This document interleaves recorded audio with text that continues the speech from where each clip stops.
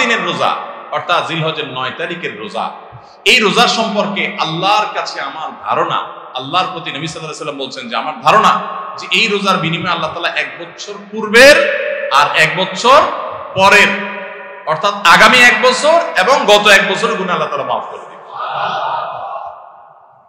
আমরা এই পর্যন্ত যত ফজিলতের কথা শুনেছি, পিছনে গুনাহ মাফ করে দিবেন, গত 1 বছর গুনাহ মাফ করে দিবেন, সারাদিনের গুনাহ মাফ করে দেওয়া হবে, এরকম বিভিন্ন হাদিস আমরা শুনেছি।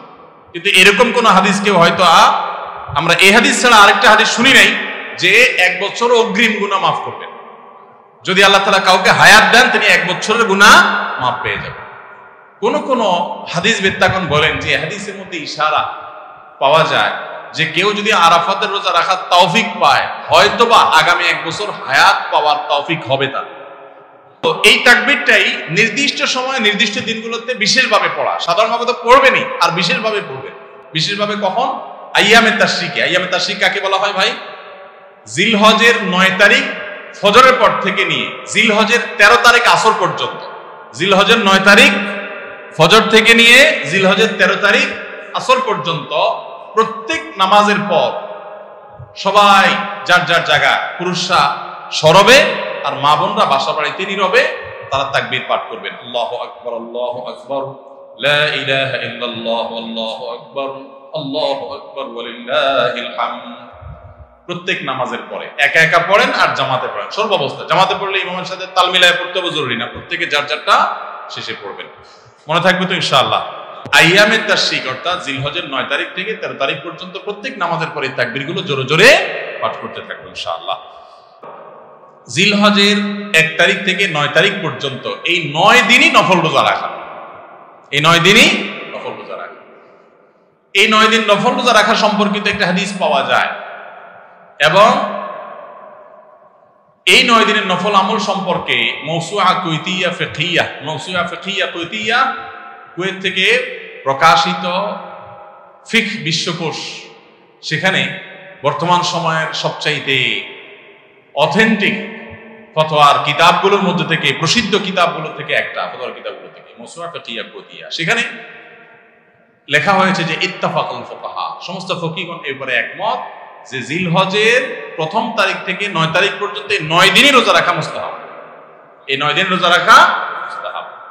বিভিন্ন বর্ণনায় এটি প্রমাণিত হয়, যদি সে বর্ণনাগুলো কোন কোন সনদ দিয়ে মুহাদ্দিসরা কেউ আপত্তি তুলেছেন, কিন্তু ফুকাহা একরাম এ ব্যাপারে রেকমেন্ড করেছেন যে এই 9 দিন রোজা রাখা মুস্তাহাব। যেহেতু জিলহজের প্রথম 10 দিনের পুরো 10 দিনই ইবাদত আল্লাহর কাছে প্রিয়, অতএব নফল আমল, রোজাও একটা নফল আমল, সেই হিসাবে রোজাটা অটোমেটিকও চলে আসে। এজন্য 9 নম্বর আমল হলো জিলহজের 1 থেকে 9 তারিখ পর্যন্ত এই দিনগুলো কি করা?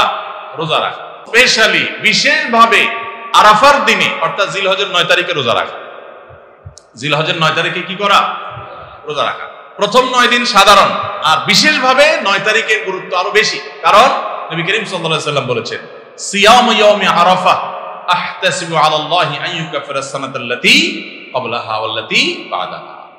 আরাফাত দিনের রোজা অর্থাৎ জিলহজের 9 তারিখের রোজা, এই রোজার সম্পর্কে আল্লাহর কাছে আমার ধারণা, আল্লাহর প্রতি নবী সাল্লাল্লাহু আলাইহি ওয়াসাল্লাম বলছেন যে আমার ধারণা যে এই রোজার বিনিময়ে আল্লাহ তাআলা 1 বছর পূর্বের আর 1 বছর পরের অর্থাৎ আগামী 1 বছর এবং গত 1 বছরের গুনাহ আল্লাহ তাআলা মাফ করে দিবেন। আমরা এই পর্যন্ত যত ফজিলতের কথা শুনেছি, পিছনে গুনাহ মাফ করে দিবেন, গত 1 বছর গুনাহ মাফ করে দিবেন, সারাদিনের গুনাহ মাফ করে দেওয়া হবে, এরকম বিভিন্ন হাদিস আমরা শুনেছি। কিন্তু এরকম কোন হাদিস কেউ হয়তো আমরা এই হাদিস ছাড়া আরেকটা হাদিস শুনি নাই যে 1 বছর অগ্রিম গুনাহ মাফ করবেন। যদি আল্লাহ তাআলা কাউকে হায়াত দেন তিনি 1 বছরের গুনাহ মাফ পেয়ে যাবেন। কোন কোন হাদিস বিদ্যাগণ বলেন যে হাদিসের মধ্যে ইশারা পাওয়া যায় যে কেউ যদি আরাফাতের রোজা রাখার তৌফিক পায় হয়তোবা আগামী 1 বছর হায়াত পাওয়ার তৌফিক হবে তার।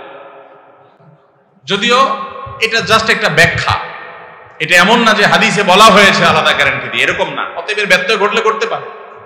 কথা বুঝে আসছে ভাই?